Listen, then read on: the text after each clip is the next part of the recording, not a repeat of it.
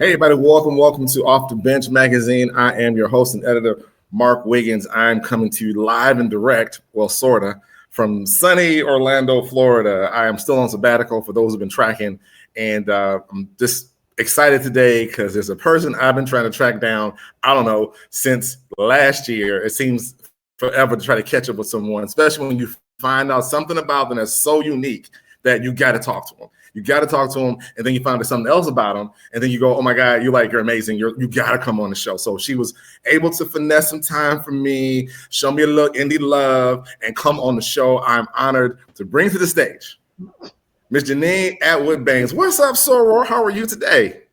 I'm good, Fred. I'm good. I'm so excited to be here.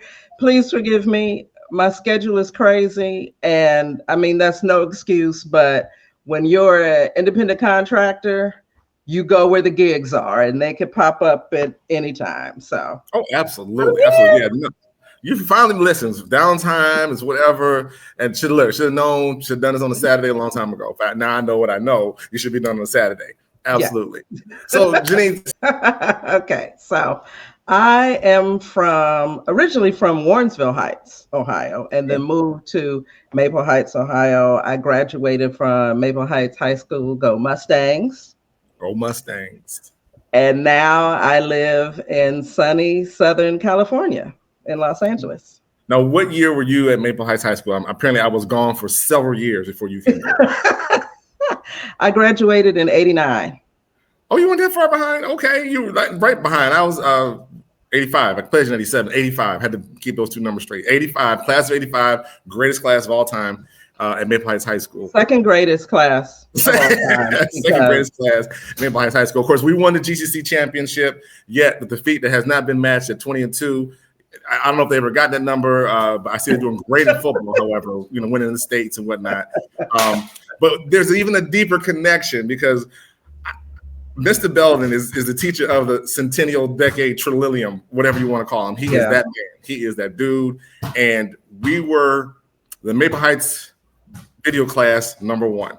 We were the first class. Myself, Caddy Smoke, Kristen Nucci.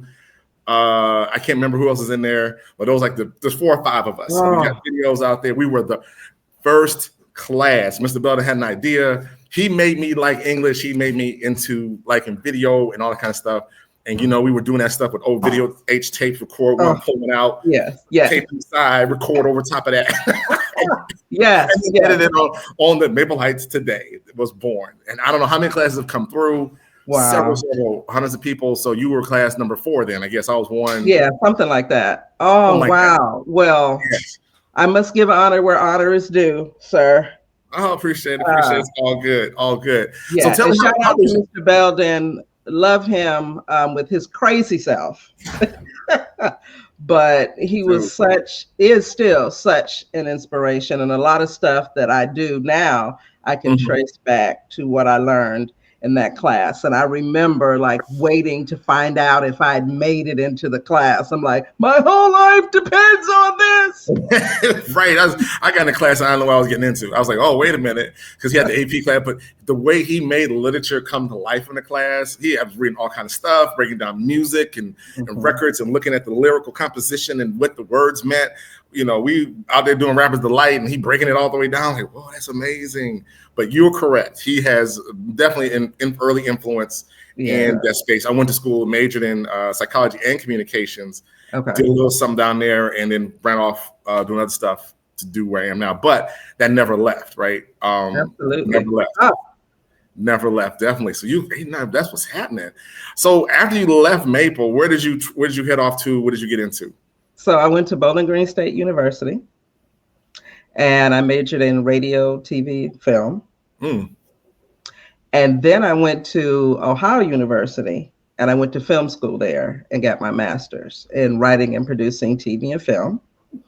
And then right before I was about to finish my master's, I said, now's the time to take some risks if I want to, because I still have my student loans. So I could live off my student loans in Athens, Ohio, or live off my student loans in Los Angeles.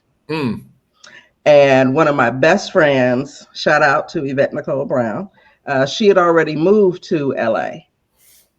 I was going to stay in Ohio, and I was just going to be happy there. And she was like, you might want to come on out here. So I did. I took a chance and I moved to LA. I got to work on, it was actually Deborah Messing's first sitcom. It was at Sony. Mm-hmm. So I worked on that show. And then I went to, where did I go? I went to a talent agency. That was one of the single worst experiences. I wasn't expecting that answer, but okay, go ahead.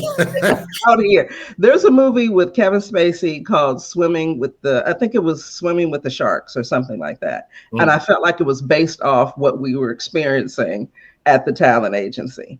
The owner of it was a nightmare, and he would literally get off on trying to break the agent's assistants. Like if he could get us to cry, he had a good day. He was trying not to let us go to lunch. Like we'd have to sneak away to have lunch. I mean, it was just crazy. He would pick up a vase with like 24 roses and water and throw it at the wall. That was just like a regular Tuesday. Cray cray. Oh, it was awful, but I learned a lot. From there, I went to Warner Brothers and I worked for a showrunner. And we were actually out on the Warner Brothers lot. So our offices were like right next door to Living Single. Oh, wow. Because they were shooting out on the Warner Brothers ranch at that time. So we would see everyone. I mean, it was fun. And then we moved from Warner Brothers ranch to the main Warner Brothers studio lot that was right up the street. And ER was still taping at the time. Wow. So every day I'd see George Clooney, Noah Wyle, Eric LaSalle outside playing basketball. Crazy. I mean, and then, I mean, they had a gym on the lot. So one time after work, I'm at the gym working out, and who was it? One of the guys that played Robin in Batman, was it Chris O'Donnell? Somebody. He played Robin. He was sitting right next to me working out, and I had these really bright orange nails. He was like, "Oh, I like it." I was like, "So you never know who you run into out here." That's crazy. Now, did you ever get in front of the cameras? Like you've been behind producing and writing and all those kind of things. Did you ever get any front time? I have stepped out in front. Actually did a short film last year, actually. Yeah, okay. I'll send you a picture. I play this hairstylist with gigantic purple hair. Oh, yeah. That's and her name was Amethyst. So it's a really kooky short film, but been front of the camera, behind the camera. Let's see. After Warner Brothers, I went to work for an exec producer of reality TV, and his name is Scott Sternberg. And right now, Scott has so many projects that he's done. Just one of his is, I think it's Catch 21 with Alfonso Ribeiro. He's done game shows and talk shows and all kinds of things. When I worked for Scott, we were on the Sony lot, and he was partners with Tony Danza. So we were in the same office with Tony Danza. Lovely man, lovely man. And we did Wheel of Fortune for kids, and it was called Wheel 2000. And then we did Jeopardy for kids, and that was called Jep. So we did a lot of game shows. Some were amazing, some not so much, but that's the nature of the business. You know, you put stuff together, throw it against the wall and see what sticks. Let's see. Oh, okay. One of my favorite memories from working with Scott and being on the Sony lot, it's when Janet Jackson's Velvet Rope CD dropped, right? She had her listening party there on the lot. Oh, right? So all day we're seeing them set up for this, right? And we're like, whoa, what's going on? When we found out what it was, we're like, okay, we need a plan, because we need to seriously crash this, right? So one of the producers or something, she walked around, somehow she got wristbands for us. So we were able to walk out of our office right into the party. What? When I tell you, it was like Heavy D over here, Naughty by Nature over here. This was a minute ago, so there was like downtown Julie Brown over there, Wiggins. It was bananas. Okay. Mm-hmm. And at one point, we're up on the stage dancing with Janet's background dancers. I mean, it was crazy. And this is when she was still with Renee. So there's like this iconic picture of her with the curly red hair, and she's like going through like the crowd, and Renee's right behind her. I was standing right next to the photographer when he took that picture. Girl, you be in the space out there. See what I'm saying? Hey, Janet, hey. I love that tour. I think I saw it twice. But anyway, yes. So being out there had those accesses to you. That's crazy. But what made you want to become a producer, writer, now you say creative person as well, a consultant? Why producer? I think really because I've always been the organizer. I've always been the planner. Mm-hmm. And I can, if you say, this is what I want to do, and this is when I want to do it, then the wheels start turning. You give me the date, then I'm automatically working back to all the steps that we need to do in between here and there to get there. Mm. Producing does that for you. Yes. Definitely. Yes. And it's part of the creative process. There's a show that I work on called Lifestyle with Roy Ice. Mm-hmm. And this show has had several variations of it, but it has been around 70 plus years. So it's the second longest running show after Meet the Press. Wow. So it's been on forever, right? And they've had everyone on the show from President Jimmy Carter to Phyllis Diller. They've had Debbie Allen, Stephen A. Smith, Morris Chestnut. Last year was my first year working with them, 2023. So we had William Shatner. We had Maurice Baynard from General Hospital, who'd been on the show like 40 some years. We had Cindy from the Brady Bunch, Susan Olsen. This year, I worked on it again, and I got to bring Bernadette Stanis, who played Thelma on Good Times. Oh, wow. Got Dondre Whitfield, who was Vanessa's boyfriend on The Cosby Show, and he's done Queen Sugar. Mm-hmm.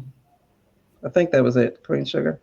I'm probably messing up the name, but one of Ava DuVernay's projects. And we had we had Tina Campbell, one half of Mary Mary, right? So, I mean, we just had some amazing people. We had some soap opera stars. And what I love about the show is that it is not just celebrities for their namesake. They're not coming on to talk about their next project or how they feel about acting or that kind of stuff. They talk about that, but it's really who has a story, because it's a life coaching show. Oh, okay. Right. So, for instance, I got Billy Gardell. Billy Gardell is Bob and Bob Hart's Abishola. He was Mike and Molly. He used to be close to 400 pounds, and he's down to right around 200. Right. So he came on and shared his weight loss journey, and then he brought his personal trainer with him to talk about what he does and how he's changed his lifestyle. And he'd always wanted to go surfing, and now he's able to do it. So, Bernadette Stanis came on and she talked about losing her mother to Alzheimer's a couple of years ago, and she wrote a book about it. So we've had just some fantastic people come on. So as a producer, it's really exciting to book this talent and get to interact with them and then completely flesh out their show, because I have to write the intros, the outros. It's a half-hour format, so there's like 3 segments, and approximately 5 questions per segment. So I really get to build out what this episode is going to be, what they're going to touch on. And I do the research and work with their handlers, their managers, their agents, etc. Greet them when they get on set, get them in the hair and makeup, make sure they're comfortable. We get to do all of that. And then we produce this fantastic episode that really touches people. So that's crazy. I did see a couple episodes on that, and saw Shatner on there. He's everywhere. But that's a great piece of show that you got into that, and they're able to producing and help contribute to that thing, this ongoing legacy of helping people, whether it's using a religious format or whatnot. And again, listening to the show, but it's not direct at you. You hear the undertones and whatever, and that's how you reach people.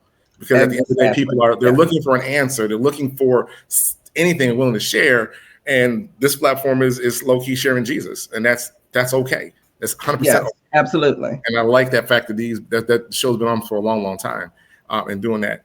Now, doing things that you've been in that show. What are your contracting designs? Are you want to have your own show next, or totally your own show, or what are you into now? What's going on with that? Still producing. In fact, I just finished up a show, a live event last month, October, and it was called the American Film Convention, and it was its inaugural event. So basically, this event came about because we had something here called the American Film Market. And it had been in LA, basically in Santa Monica, since 1981. Well, earlier this year, around February, March, the AFM announced that they were relocating to Vegas. So the AFC, the American Film Convention, stepped up and said, okay, we're going to put something together. We're going to fill the programming void. So I got to be a part of this inaugural event. It was October 15th, 16th, and 17th. And my job was to program what we call the Actor's Nest, which is kind of unusual for a film market to have content programming for actors. But I did 3 days of robust programming from like 10 a.m. to 6 p.m. for actors. So we had everything from financial literacy, health and wellness, how to nail your audition. We had scene study. We had a comedy workshop. We had an improv workshop. We had an interactive headshot workshop where people could get feedback on their headshots. And we had a photographer and casting directors there talking about best practices for headshots. Then the casting directors hung around and they kind of went over the do's and don'ts for auditioning. I mean, we covered everything. Wow. When initially the Actor's Nest was just supposed to be a lounge. I didn't know that when they brought me in. I just said, okay, we have 3 days. We need 3 days of programming. And it was fantastic. Oh my gosh. It was so good. It was so good. The people that said yes and came out to share had some of the top acting coaches in the business. We had Amy London, we had Wendy Elaine Wright, we had Sherry Shaw, even had a surprise director stop by, and his name is Gil Younger. He directed 10 Things I Hate About You. He's directed Living Single, In the House, Blossom. He's done episodes of Ellen, you name it, he's done it. And he stopped by to share. Oh, I was exhausted, but it was worth it because we knocked it out of the box. And the attendees rode with us for the 3 days and they got so much out of it. A lot of them had that like aha moment, because a lot of stuff you hear, you've heard it before, you've read it somewhere before, but sometimes it's the right place, the right time. It's a different vessel saying the same thing, and you have that aha moment and it changes the trajectory of your career. And we had lots of those. So it was great. Well, that's amazing that you meet all those people and that you're able to create and curate opportunities that you didn't know were an opportunity. It just goes back to being prepared, right? Yeah. It just, you don't know in your industry when your next audition's coming from, or who, if you're a server, who's going to be your next customer, or who you pass by on the boulevard or at the stroll party. You just don't know. You're not ready to sell yourself or talk about it or be open to opportunity, which we talk about off the bench. I talk about the preparation meets opportunity and success is born. So if you get off the bench and you make that step, right? When you went out to LA, that was an off the bench moment. But when you start getting those gigs and opportunities, and now you got all this practice and skill set, and like you said, lo and behold, they wanted one thing, you made another thing, and now it's a thing, and you made that thing, right? You're the reason the thing exists at this point. But you know, you have to be able to do that. So let me ask you this question. I have two. If you were talking to two nieces, right? I have my deputy at work. Her daughter is at SCAG, right? She's in acting. She's doing her thing. Another friend of mine, one of your sorors, has a daughter who goes to the Baltimore School of the Arts, I think, wherever Tupac and Jada went to in Baltimore. She's there. I think it's, I forgot, Baltimore. Was it? I say go Ravens. Yeah, let's talk about that in a minute. But anyway, so she's there. Let's. She's over there, and she's getting ready to graduate and trying to pick, you know, a school to go to, like you did. Is it film? Is it whatever? Mm-hmm. What advice are you giving young actors and actresses and people coming into industry on their next steps? What are you saying? Let's see. And I get asked this, you can imagine, a lot. Right. First thing I say is every single thing is an opportunity to get to where you're trying to go. There is no one scenario, one recipe, one cookie cutter approach. Everybody has their own story about how they make it, and really no two stories are exactly alike. I would say know your boundaries. It's very important. We've heard all kinds of crazy stuff that happens in Hollywood because it actually happens in Hollywood. Not just Hollywood. I mean, there's scandalous stuff all over the place, but you have to know your boundaries going into what could be a very dangerous, treacherous area if you don't know your boundaries, right? And trust your gut. If something doesn't feel right, that's probably because it's not right. Right? And if you are a believer, it's going to make a huge difference. Jesus is the best agent, manager you could ever have. And what is for you already has your initials on it. You just need to move into position to claim it. It's like when you order food online, and then you go into the restaurant and you bypass everybody standing in line trying to figure out what you want because you've already ordered and paid for yours. You're just picking it up. Oh, come on and preach, Sarah. That's the mindset that you have to have. Also, I'm always concerned when I see that people are stingy or selfish with their information. Because again, that goes back to what God has for me already has my initials on it, right? So everything that I'm doing, it's not just about me, right? Wherever I get to, my job is to hold the door open, right? And if the door is blocked, get to the window, holler out, let people know the window's open. If the window's not open, go to the doggy door. There's always an opening, right? Right. To help people get in. Share the information, share the knowledge. When you get to wherever you're going, find your village. You're going to need them. Yes, there are crazy people in Hollywood. There are crazy people in Cleveland. There are crazy people in Maple Heights. There are crazy people everywhere. Absolutely. They're moving back into the White House. That's another story, but find your village. You're going to need them. Right? Understand that rejection is a part of this process. And, you know, we've always heard you need thick skin, you do. Because you have dreams, hopes, and aspirations. And sometimes, a lot of times, they don't happen right away.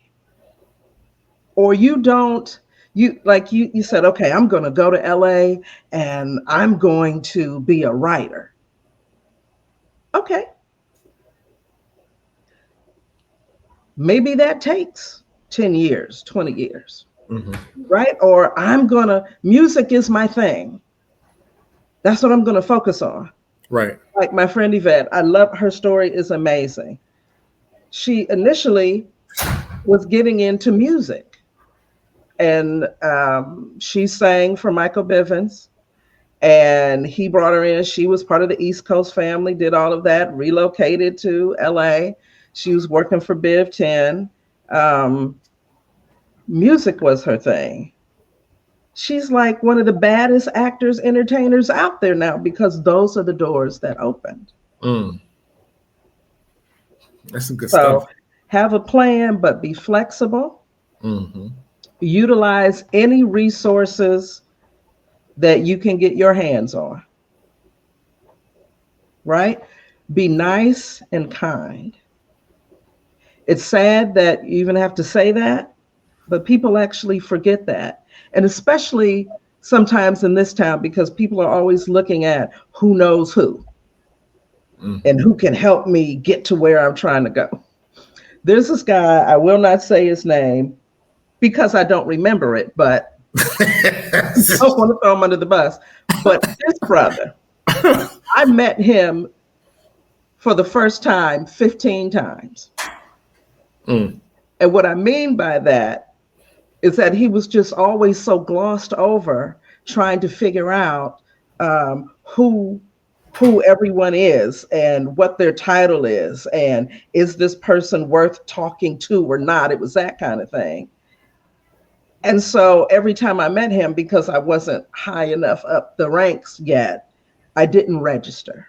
It didn't matter.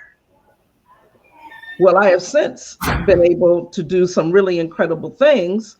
And had he had the wherewithal to just be nice and kind and,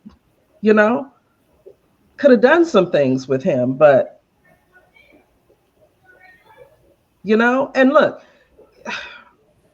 the connections out here are crazy. Crazy. And what I mean by that is you could be working with someone whose uncle is the gardener for blah, blah, blah, who you're trying to get your script to. Right? Those kinds of connections happen every day. But if you're not nice and kind, people aren't going to help you because you're just all about yourself. So just understand that there's so many ways to get to what you want to do. And everyone around you is a possible connection. And the doors are open. Won't you come? Is there one? Yeah, is there one? Is there one? Ushers take their places. That's some gems, Jenean. That's some absolute stone cold gems. And to hear from somebody who has been out there, who's done it, and looks like the people I'm talking to about what they're trying to get to go do. I mean, this simple, basic, be nice. Like, why is that? Like you said, why is that even a tenet? But it is a major tenet when people remember who you are and what you did and how you did for them. They remember, well, you were really nice that you picked that bag up for me and I had my hands full, and they remember that. But they'll remember that you stepped over that bag and said, here's my demo. Here's my demo. Here's my demo. Here's my demo. Yeah. Into the pile it goes, and I don't know who you are, but you just don't know. And it has to be authentic, right? You just have to be that all the time. You try to be fake with it, see right through it. You're an opportunist. So I appreciate that part as well, because I think that speaks to character. And like you said, when you're doing it and you strategically stated, in light of recent tragic unearthings of stuff we've already known to be true, you really need to be on your P's and K's, but because everybody wasn't involved. Everybody didn't do it. Some people still got to where they wanted to get to, didn't do none of that stuff. Right. None of it at all. Stayed away for a minute, maybe show up for the happy hour and roll because the sun was going down because you knew. right? So I mean, we go on and on and on, but at the same time, your intuition, your gut, your upbringing, your training, your mentors, somebody has told you already how to play this game. It's what you choose to do with it. So that's a lot. That's a whole lot. Moving back to, so let's roll back a little bit. So when did you actually pledge Sigma Gamma Rho? When did that happen? Whoo! December 17th, 1990. Oh, hey. You were 35, 37 years in right? Somewhere in there. You know what? You get to a certain point where you're like, I did it a minute ago. Family's leaving, sorry. Oh. We had this big house down here. Everybody's rolling out. Anyway, so where'd you go over again? Whereabouts? I went to Bowling Green State University. So you Central region. Yes. You don't think I knew Theta that? Alpha chapter. Alpha? Who? Theta Alpha. I thought you said the Alpha chapter. Wait a minute. Right, Theta Alpha chapter. December 17th, 1990. That was a minute ago. There were 6 of us. I was number 5. No, I was 5. I pledged in 87. So, hey, what's up, 5? What's up, 5 Club? Woo-hoo. I know you're cool people. So now you also, I was reading your bio, did some stuff. Again, I don't do bio. That's why people do their own introductions. I don't even like my bio to be read because I'm so amazing. Right. So it says you've written a children's book and you also do comedy. Is that right? Yes. Which would you rather do more? Write the book or get up and make people laugh? I like to make people laugh. However, stand-up comedy, I got into stand-up comedy because I had a dear friend who I worked with, young guy, and he was an aspiring writer. I was an aspiring writer. And we talked about doing things that we were afraid to do, right? Mm-hmm. Unfortunately, he was diagnosed with lymphoma and was gone like 3 months later. He was like 36. And so I said, okay, Chris Blackledge. I said, I'm still here. I have to face my fears. So I signed up for a stand-up comedy class. And the graduation was you had to get up at an actual club and do your set. So I was at the Hollywood Improv.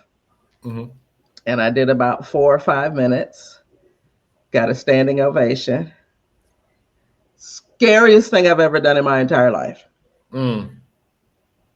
Scary. It's not, and I've done theater, I've done a little teensy bit of TV, all that kind of stuff. But when you're up on the stage by yourself, if you're not funny, take it personally. The problem is you. It's you. Right. That's heavy. That's heavy. And I would just wig out. It was crazy. Like if I had a show coming up and someone said, oh, Jenean, let's go to lunch. I'd be like, I can't. I got to rehearse for the show. And they're like, oh, when is it? Tonight? And I'm like, no, it's next month. That would be crazy. Crazy. Because I had all these different ways that I would rehearse it. I would just go through it regular pace, and then I would do the speed version just to try to drill it in. And then I would get up and I would walk it out, right? And I'd say, if I'm going to start the joke over here, and then the punchline, I'm going to deliver it down the middle, or the punchline, I'm going to deliver it over here. I would work all of that out. So it would look natural when I got there, but I drove myself crazy trying to do it. But it ended up paying off for me because I had an opportunity to go. I was flown to Atlanta to audition for Tyler Perry. Oh, wow. And I did not have a monologue prepared because I wasn't even in that mindset. I'm producing, I'm writing, I'm doing that kind of stuff. And I said, okay. So I tried to find a monologue. I found out about this opportunity on a Monday. We flew out on a Thursday. So I'm trying to work on this monologue. And even on the plane, I'm like going over it and going over it. I knew it, but I didn't believe it. It wasn't in here. And when the wheels touched down at the Atlanta airport, I said, I'll do my stand-up. So I went into the audition, and my first joke, he fell out laughing. And I was like, oh, I made Tyler laugh. Now, unfortunately, he was looking for singers at the time. wait. Not your bailiwick. You're not singing.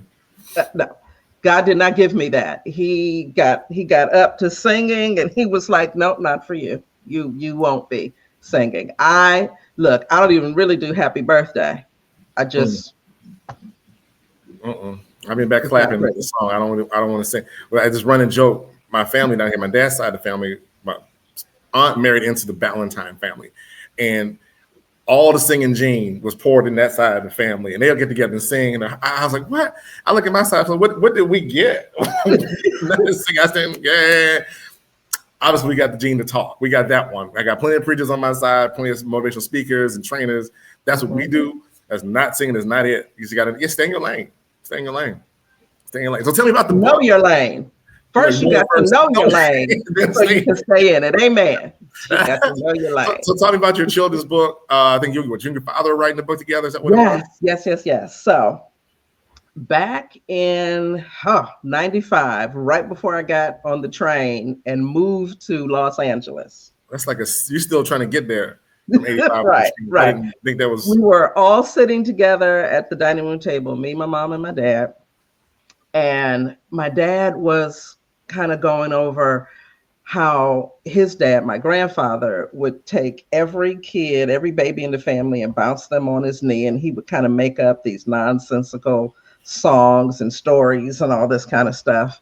And out of remembering the things that he would say, we came up with the land of Dushkin, a mystical, magical story land for children. And literally within 2 weeks, we'd written like 7 books. So we published our first book, Blue Spots, Yellow Spots, in 2000. And then shortly after that, my mom, unfortunately, was diagnosed with dementia that went into Alzheimer's. So, of course, we dropped everything and our focus was her. We lost her in 2012. So it took us a moment to kind of catch our breath and recover from that magnitude of loss, because she was our biggest cheerleader. Sure. But we held on to our dream, and back in April this year, 2024, we published our second children's book in the series. It's called The Butterbean Balls Came Yesterday. Butterbean balls. Say that. Butter. And awesome. You know what I love about this whole experience is that my dad has always been a writer. And so I remember, I think I was 3 when I started writing. And I would dictate stories to my mom and she would type them for me because I wasn't able to spell the words that I was saying at 3. I could say them, I knew how to use them. I didn't know how to spell. So she would type up my little stories for me. And so I became a writer too. And over the years, my dad and I would share some of the things that we wrote and that kind of stuff, but we never really did anything with it until in 95, we had this revelation and created this whole book series. And so we are a father-daughter, African-American father-daughter writing team. Nice. And all of our stories, it kind of has a Dr. Seuss type feel. Okay. But there's also a message in there. And so Blue Spots, Yellow Spots, our first one, was all about these fuzzy-haired characters named Frazzies. And some Frazzies are yellow with blue spots, and some are blue with yellow spots. And each one thinks that their spots are better. And so when you look at the book, you'll see some of the pages and it says yellow spots only, no blue spots allowed. Ooh. Right? And it seems crazy, right? Until you're like, wait a minute, but those kinds of things happened on this soil. right? So it's an opportunity to talk about difference, celebrate difference, talk about tolerance, and really convey that to kids. Mm.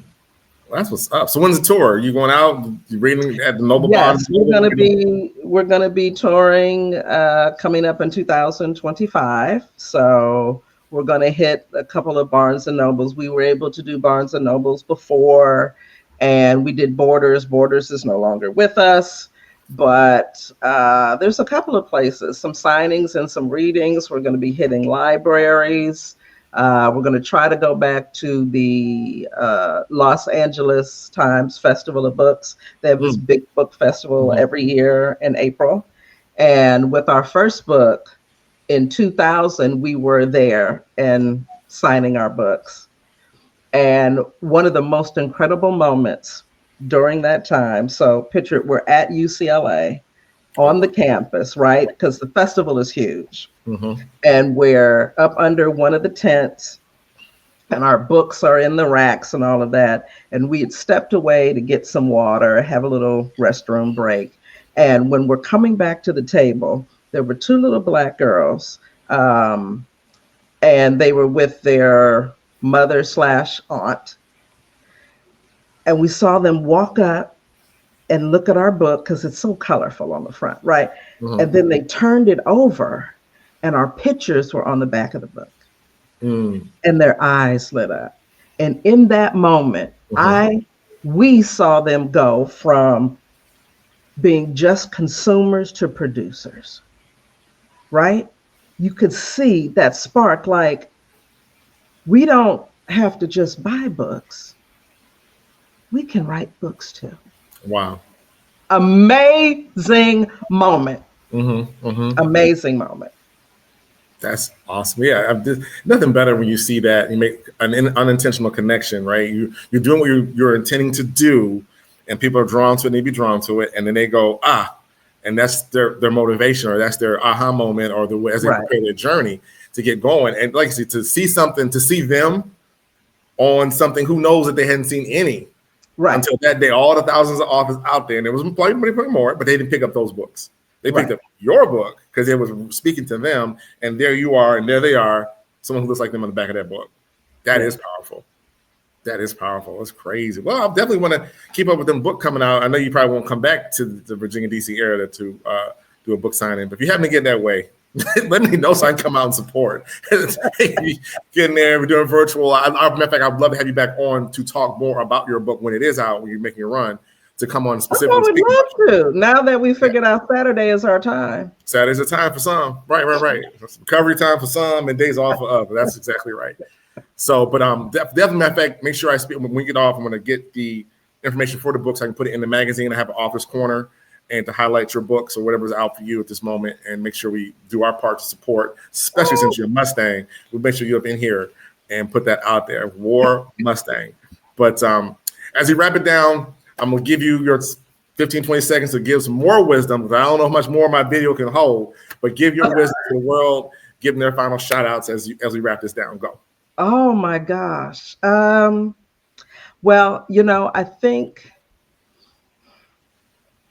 I know a lot of us are still reeling from the election not going in the way that we had hoped it would.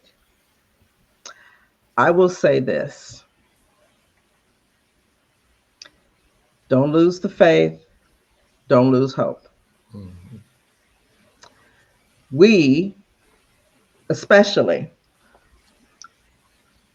have diversity and hard times and all of that baked into our DNA. Every day we get up, we're dealing with some foolishness, something crazy, right? Mm-hmm. We are hardwired for hard times. Some other folks are really, really, really going to struggle. But we have this. This is our time to really come together, and we talk about it. Mm-hmm. And we talk about it more than we do it. But this is our time to support each other, support Black-owned businesses, minority-owned businesses, hold each other up, hold each other accountable. And I would say, be prepared because we don't know what's coming, but dream bigger than you've ever dreamed. Dream bigger, right? Don't play it safe. Dream bigger. Because God likes to show up in the crazy, right? He specializes in showing up when it's crazy, when it just doesn't make any sense.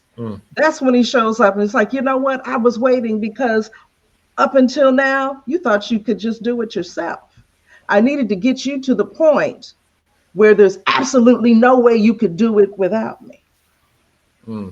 We're moving into that. Dream bigger. Dream bigger. I love it. Go for it. Go for it, right? We don't know how all of this is going to play out. Dream bigger. Go for it. Love on each other. Take care of yourself, your health, your finances, all that kind of stuff. Clean house and be ready to go to the next level because he's waiting to take us there. If we're not ready, God is a gentleman. He'll wait. Preacher.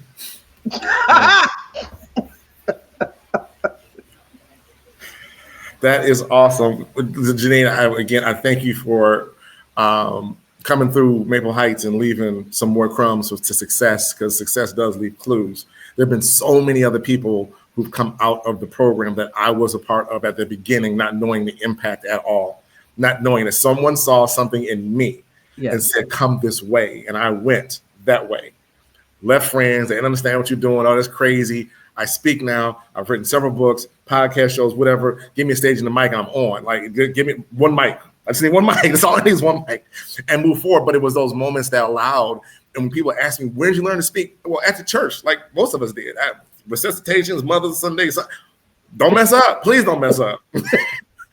Don't. My daddy in the back, like, I'm watching. Right. Those moments have allowed me now to use my platform to help others get motivated and get through my life experiences, right? My ups and downs and challenges, right? Because it's been bad before, right? It's been bad before.